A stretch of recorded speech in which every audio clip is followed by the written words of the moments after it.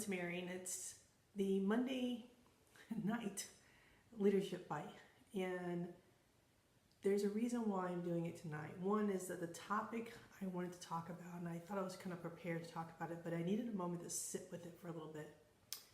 And if I'm honest, I was a little skeptical or hesitant, maybe is a better word, of any potential comments that might come across. And just a series of other things this morning. I couldn't get the recording done Sunday night or this morning, but I still wanted to do it, but I still think it's something that was on my heart to talk about. And that is, this past Thursday was International Women's Day. And as a part of my Lenten challenge, I used that particular day to encourage other women that I had seen throughout the day, and texted many people that I knew and just said, hey, you're amazing.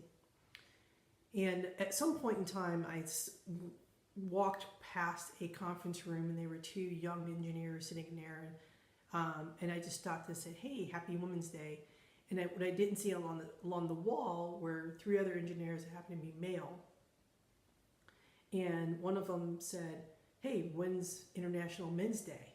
And I fired off some quip and continued on my day, but it really took me aback for a second, because as leaders, we have to be very careful that regardless of where you sit on any particular topic or any particular subject, and the reason why I was hesitant, because this might fall into a little bit of a political post, and that is actually not the purpose of it. Regardless of how you may take it, I'm not going to debate politics with you.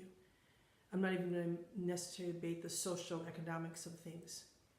I just want to bring forth awareness. And as leaders, I think we have to be very aware that in our organization, we might have a subcategory of people. So you've got your employees, your team members, that sort of thing. But in that, you have single moms, you have minorities, you have women, you have millennials.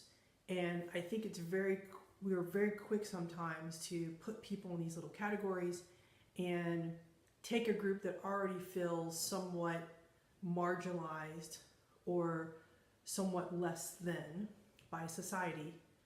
And if they say something like, hey, I'm a single mom and I'm having difficulty, and we go, yeah, but there's always other single moms out there, that takes away a little bit of what they're feeling. And as leaders, we have to be very careful.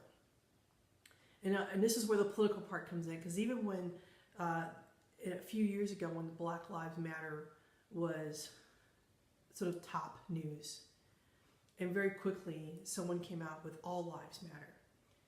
And in that moment, you took a group that was already feeling marginalized, already feeling as if their voice was not being heard, and you made it inclusive to everyone so that their problem was no longer mattered. So regardless of who it is, whether it is a minority or a single mom or a woman or whoever, a group that already feels subjugated in some way by society. As a leader, regardless of how you feel about certain situations, this is not about the left or the right or the middle. This is not about right or wrong. You can have your opinions, and I want you to have those opinions, and I want you to be true to yourself, but be careful of your words. Seek first to understand before you make a comment that may seem innocent, but actually takes away from someone else's dignity, that takes away from someone else's feelings of feeling less than. That as leaders, we have a chance to say, I understand your perspective, and learn in that situation, so that maybe your perspective is not changed, and that's not the point, but your perspective is widened. That you take into account someone else's tale of woe, that you take into account someone else's struggle, and realize that while it may not be yours and it may not be your story, that there's still something to be learned from that situation. So there you go. There's no big lesson here. It just struck me as something that when that person did that, they probably didn't realize the impact those words had. And it wasn't a huge impact. It just caused me pause, and caused me pause again when I said, you know what, that's a good topic from a leadership standpoint.